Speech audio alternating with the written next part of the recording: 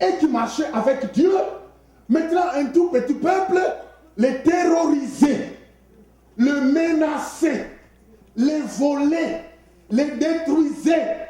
Frère, je n'ai pas le temps d'aller en profondeur. Vous savez, il y a d'autres choses.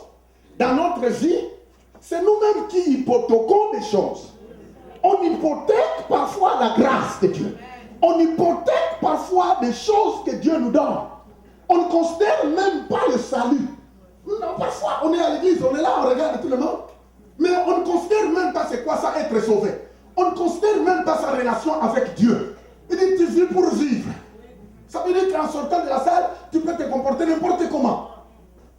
Tu penses que la parole de Dieu est comme un journal. Mais alors que la parole de Dieu est là, ce sont des munitions. C'est vraiment la parole véridique de Dieu. Amen. Pour ta vie présente, pour ton futur. Amen. Regarde-moi, maintenant il traversait un moment difficile. Mais Dieu, dans son amour, dites Dieu dans son amour. Qui croit dans l'amour de Dieu? Vous savez, beaucoup de personnes, on les a tellement enseigné sur la condamnation qu'ils ne croient plus dans l'amour de Dieu. Non, frères et sœurs, avant et pour tout, en tout et pour tout, Dieu t'aime. Dieu est amour. Parce que souvent on exagère, on montre seulement le côté colère de Dieu. On montre seulement que Dieu châtie. Dieu n'est pas comme ça. Dieu est plein d'amour. Il est plein de bonté. Et frères et sœurs, vous savez, marcher avec Dieu, ça demande de connaître ses caractéristiques. Connaître qui il est, ça te rassure.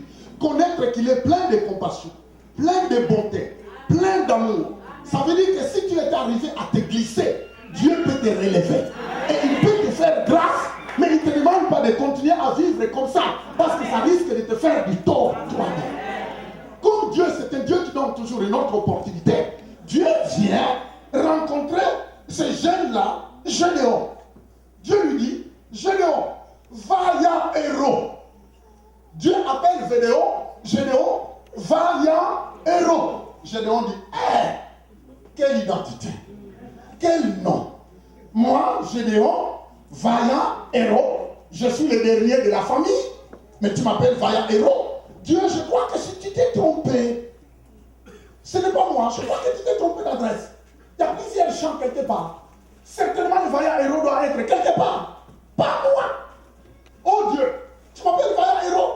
Mais Seigneur, si tu es avec nous, pourquoi ce qui nous arrive, nous arrive? Regardez-moi. Peu importe ce que nous pouvons être en Christ, mais il y a des situations parfois compliquées qui peuvent arriver. Ah, les gens, vous savez, parfois les gens des églises vont vous juger. Oh, mais lui il prie, non? Mais lui il prie, non? Mais pourquoi il a perdu son emploi? Mais lui il prie, non? Mais pourquoi il a des problèmes avec sa femme? Mais lui il prie, non? C'est ça qui montre que la personne n'a pas encore compris. Être en Christ ne veut pas dire qu'on est exempt des choses. On peut rencontrer des situations, mais le problème c'est que comment tu vas les gérer. Disons, quelqu'un peut dire amen. Être en Christ peut faire que tu traverses des moments parfois bizarres. Mais maintenant, comment tu géreras les choses bizarres que tu vas rencontrer tout en étant avec Christ qui dit que moi je ne t'abandonnerai jamais. Revenons, dites revenons. Dieu dit à ce monsieur-là, il dit, Gédéon, vaillant héros. Il dit, Seigneur, non, moi je ne suis pas un vaillant héros. Je crois, tu t'es trompé, c'est un verset quoi? Verset 9. Il dit, je vous le dis. Alléluia. Il dit, puis vint l'ange de l'Éternel et il s'assit sous le térébinthe au Ophra qui appartenait à Joas de la famille d'Abiezer. Gédéon, son fils, battait du froment au pressoir pour le mettre à l'abri de Madian. Ça veut dire leur ennemi. Verset 12, l'ange de l'Éternel lui apparut et lui dit, l'Éternel est avec toi. Vous entendez? Il dit d'abord, l'Éternel est avec toi. C'est contradictoire. Hein? Il traversait des moments difficiles et Dieu lui dit, l'Éternel est. Ça vous arrive, hein?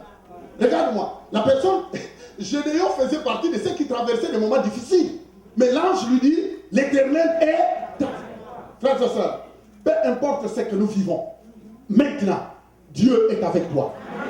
Peu importe ce que le média dit, n'oubliez pas que le Seigneur Jésus est avec toi. C'est pourquoi si tu es dans cette salle, tu ne fais pas encore partie de l'équipe gagnante de Christ. En sortant d'ici, tu dois donner ta vie à Jésus avant de sortir. Parce que pour que Dieu soit avec toi, il faut que Dieu te voie en Jésus. Il faut que tu aies invité Jésus dans ta vie. Il faut que Jésus devienne le sauveur de ta vie. En ce moment-là, on te dira, l'Éternel est avec toi. Regarde-moi, il a commencé d'abord, l'Éternel est avec toi, et puis il ajoute, parce qu'il est avec toi, ça veut dire que tu es un vaillant héros. Il n'a pas commencé à dire vaillant héros. Il a dit, l'Éternel est avec toi.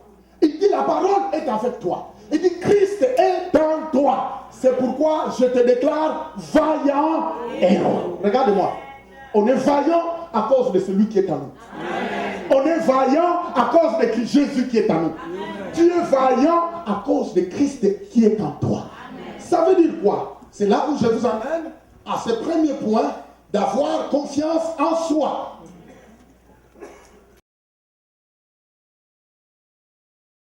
Être productif tant que tu n'as pas confiance en toi-même. Qui a compris ça? Regardez-moi, qui a compris ça? La productivité. Premièrement, Dieu nous montre qu'il est avec nous. Et parce qu'il est avec nous, le Seigneur nous dit, tu dois comprendre que parce que je suis en toi, tu es appelé à être productif. Vous voyez, notre productivité ne dépend pas de ce que nous sommes physiquement, mais à cause de Christ qui est en nous. Mais maintenant, le Seigneur nous dit, parce que je suis en vous, apprenez à vous faire confiance parce que la quantité auquel tu vas produire dépend de la confiance que tu as de toi. Frères et sœurs, beaucoup de personnes pensent que... Non, revenons, il faut qu'on parle, s'il vous plaît. Il faut qu'on parle. Parlons. Quand on parle d'avoir confiance en nous, c'est par rapport à ce que Christ est en toi. Ce n'est pas par rapport à ce que tu es, mais par rapport à ce que Dieu est en toi. Il te dit, considère-toi. Vous savez, beaucoup de personnes, pour affronter n'importe quelle situation, il a tellement un complexe d'infériorité qu'il ne croit même pas en lui. Frère, quelqu'un qui ne croit pas en lui, tu peux lui donner une mission, il ne fera rien.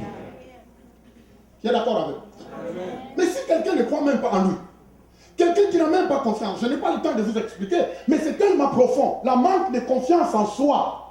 Vous savez, beaucoup de personnes vont voir des psychiatres, beaucoup de personnes vont voir toutes sortes de psychologues pour essayer de leur donner confiance en soi. Mais nous, notre confiance est dans la personne de Jésus qui est en nous. La Bible dit, si quelqu'un est avec Christ, il est devenu une nouvelle personne. Ça veut dire que quand tu te lèves le matin, quand la journée commence, tu dois apprendre à faire confiance dans la personne qui est en toi, Jésus, et puis apprendre à te faire confiance, toi.